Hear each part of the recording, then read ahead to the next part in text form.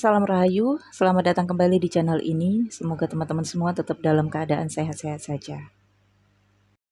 Pada podcast kali ini saya menyampaikan tentang adanya 5 planet yang akan transit di bulan April 2022. Yang pertama Jupiter, transit dari Aquarius menuju Pisces di tanggal 12 April 2022. Lama Jupiter transit adalah 1 tahun. Dan menetap di zodiak itu, yaitu Pisces, pada transit kali ini selama 12 tahun.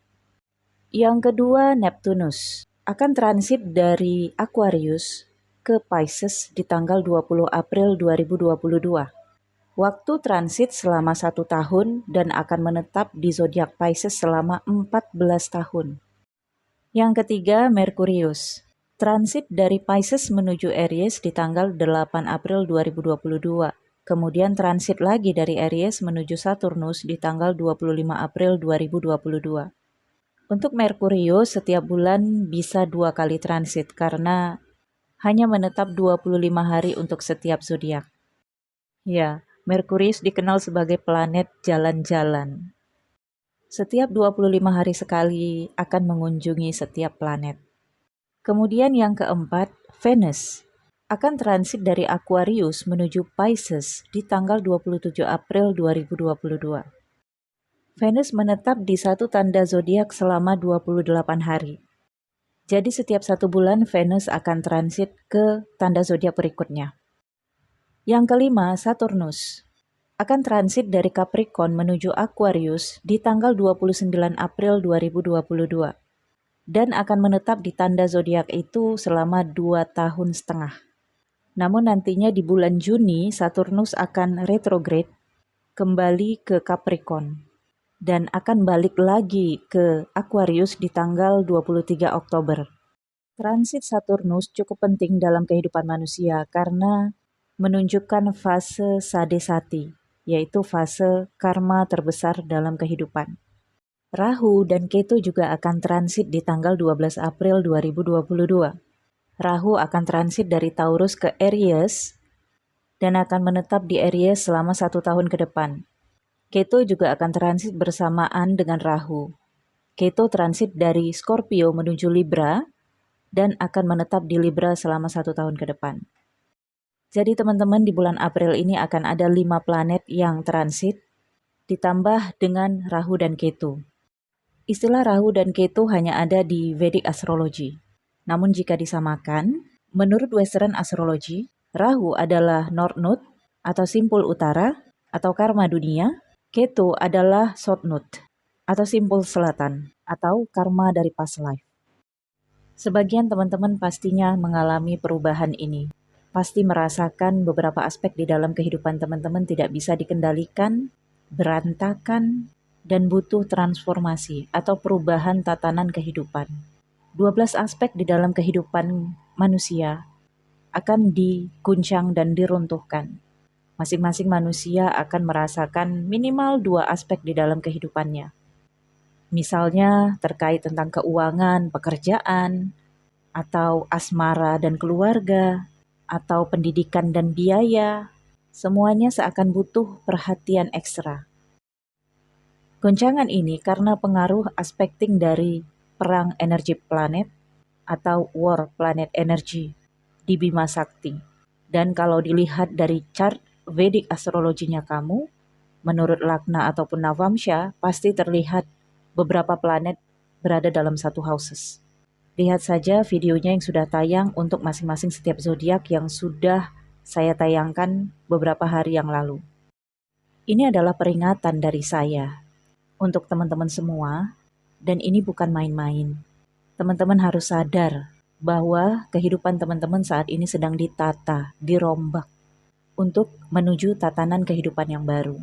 Teman-teman harus realistis, kuat, dan optimis. Oke? Beberapa dari kamu akan keluar dari zona nyaman dan menuju zona peperangan atau kompetisi. Terlihat juga terjadinya Perang Dunia Ketiga, Ukraina dan Rusia. Itu adalah aspek global, di dalam aspek diri kita juga bisa dirasakan. Kompetisi itu terlihat dari langkanya minyak makan dan banyak dari kita berebut untuk membeli minyak makan. Walau di balik ini semua, pastinya ada politik ekonomi, namun kompetisi itu nyata adanya. Isu pandemik sudah tersingkirkan sekarang, namun kita tidak bisa sepelekan isu kompetisi ini. Perombakan besar ini terjadi di bulan Maret 2022. Namun shadow-nya sudah bisa kita rasakan sejak Januari dan Februari. Penataannya, melihat tanda 5 zodiak yang transit dalam bulan April, maka jelas penataan kehidupan manusia di bulan April 2022. Dan kemudian periode baru kehidupan manusia, titik balik kehidupan manusia berada sejak bulan Mei 2022. Masing-masing dari kita akan merasakan aspek kehidupan kita berubah secara total, perombakan dan transformasi. Menurut aspekting planet apa yang mempengaruhi aspek kehidupan kamu? Jika efek Saturnus cukup kuat di aspek kehidupan kamu, maka periode kehidupan baru kamu atau titik balik kehidupan kamu selama 2,5 tahun lamanya. Jika efek Neptunus cukup kuat di dalam kehidupan kamu, maka periode atau titik balik kehidupan kamu bisa 14 tahun lamanya. Jika efek Jupiter cukup kuat di aspek kehidupan kamu, maka titik balik kehidupan kamu atau periode baru bisa selama 12 tahun lamanya. Kemudian aspek Venus dan Merkuri tidak terlalu terasa karena bukan planet malefik, namun Venus dan Merkuri adalah planet pergerakan, kelincahan, dan kecerdasan. Jadi kalau ada teman-teman yang mengeluh, masa sih bacaan readingnya jelek terus? Karena saya membaca kartu tarot berdasarkan astrologi, maka saya membaca energi berdasarkan energi Bima Sakti. Tentunya berbeda dengan tarot trader yang membaca kartu tarot berdasarkan pola pikirnya saja.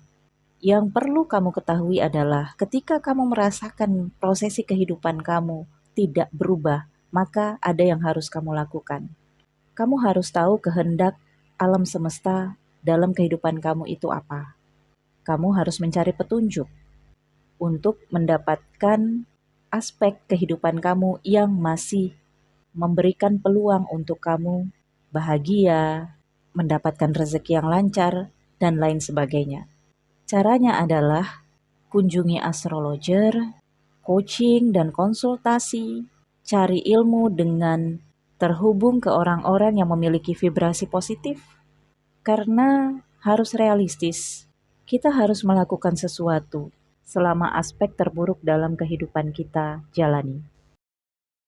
Jika kita menjalani aspek buruk, maka itu adalah titik terendah di dalam kehidupan kita. Periodenya adalah seperti yang saya katakan tadi, menurut periode efek planet yang mempengaruhi aspek kehidupan kamu.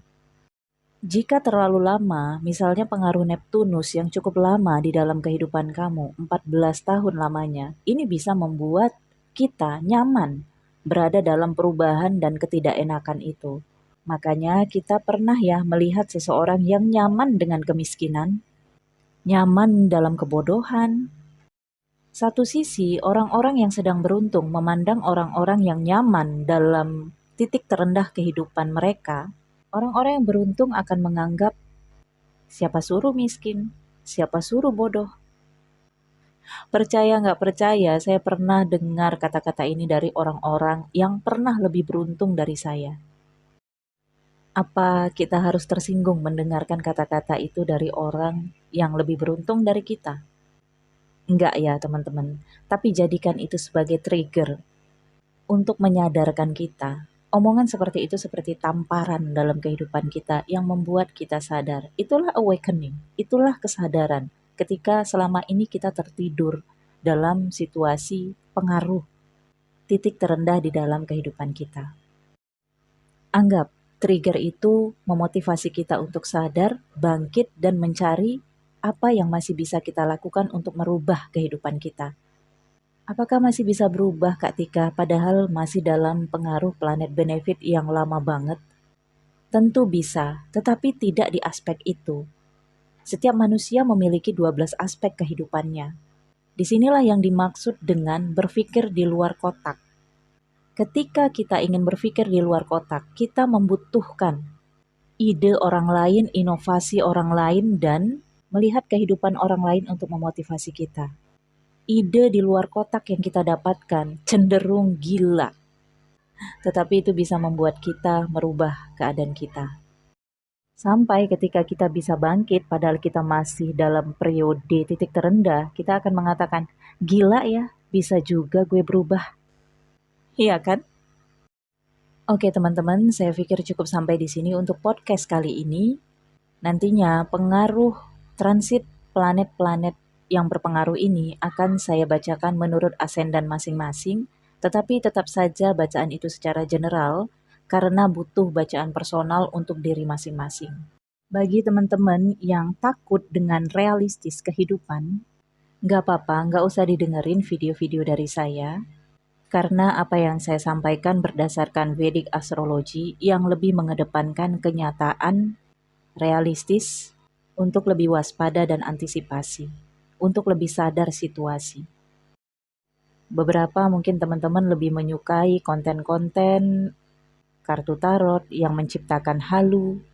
Hati-hati dengan mental, karena hal-hal yang halusinasi bisa membuat teman-teman tidak realistis. Kita hidup di dunia, bukan hidup di luar angkasa, bukan hidup dalam imajinasi. Oke, kamu Starseed, kamu Lightworker, kamu Pleiadians, kamu Kristal, kamu Indigo, tapi realistisnya kamu hidup di dunia dengan fisik yang terhubung ke sosial, yang harus cari makan, yang harus cari teman, yang harus memandang masa depan dengan rencana-rencana ketentraman dan kebahagiaan. Bagi teman-teman yang tidak memiliki budget untuk personal reading berbayar, cukup kamu tonton saja video-video di channel saya. Pastinya teman-teman akan mendapatkan petunjuk dari apa yang saya sampaikan. Walaupun teman-teman tidak mengerti, nantinya akan mengerti dengan sendirinya. Ketahuilah ascendant, moon, dan sun-nya kamu, karena bacaan general di channel saya menggunakan sun, moon, dan ascendant.